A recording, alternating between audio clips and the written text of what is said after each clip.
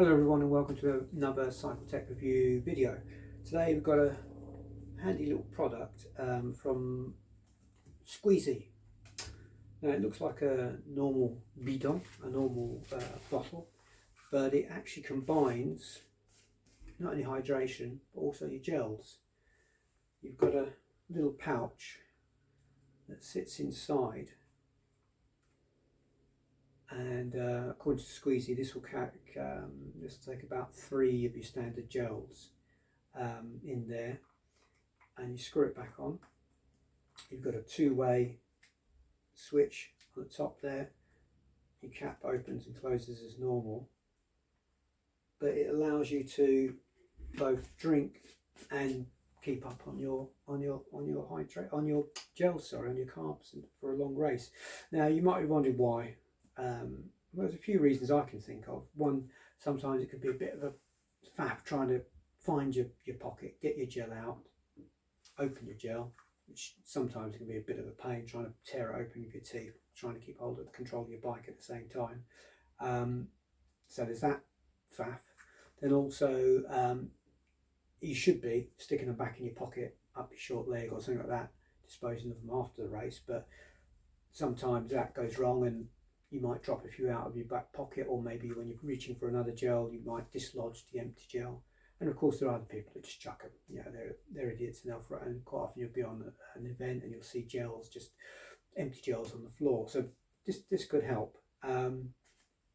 It's pretty clever and simple idea. Like I say, you've got a separate pouch that sits inside there. That will take 3 gels in there. You get 2 sizes of bottle, a 750 and a 550.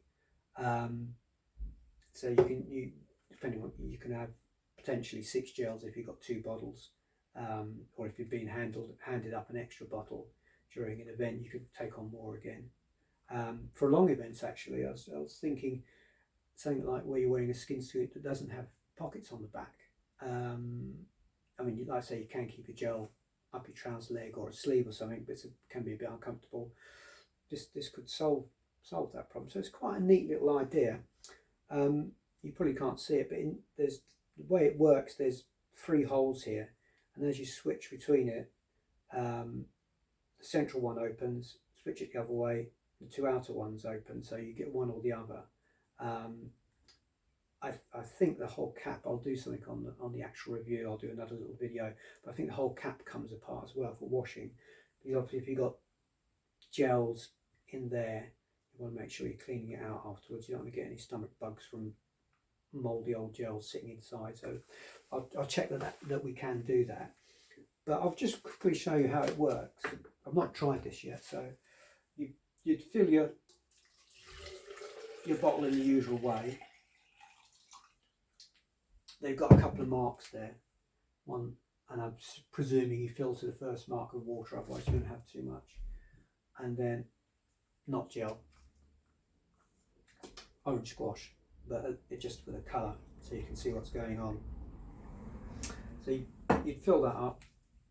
Like I say, you can put 1, 2 or 3 gels in there, screw it on, make sure it's, that's screwed on, and then pop it in there, screw that up. I think I overfilled it there. So let's see what we've got. Water, switch it the other way. Squash. Quite simple, really. Make sure you don't overfill it though. Like I say, I would fill maybe just below that first line, and then that will give you enough space that it's not pushing it over the top. But yeah, it's quite you can see it's sitting in there. The issue would be at the moment, I did an article that High Five are doing jars of gel, so I think you get about 11 in one of their jars. So rather than buying loads of gel sachets, opening them up, squeezing them in there, you've then created all this plastic waste, haven't you, with all the wrappers. But as maybe more companies start to look at it, or you could make up your own gels. You could try. I'm sure there's something on the internet that'll tell you how to do that. I don't know how good they'll be, but that's an alternative as well. So you can make your own bulk gel. But if you can buy a bulk jar, like I say, High Five do it. There's an article on Cycletech Review, and it comes in a squeezy bottle. You could pour that in, and then you're not creating loads of empty wrappers that you're still having to dispose of. Obviously, the squeezy bottle is plastic. It's never ending. We're never going to get away from plastic. But squeezy, I think that's a good idea. Like I say, I mean, it would help. One, you're avoiding the faff of while you're riding. It's nice and easy to get hold of. You just reach down to your bottle cage, take on your gel, bottle back. It's a lot easier than reaching in the back, trying to tear open that wrapper. They don't always, some of them can be a real nightmare. And then obviously, especially if you're doing an off-road race and you're bouncing all over the place, you don't want your attention to be on this wrapper. You want it to be on the course.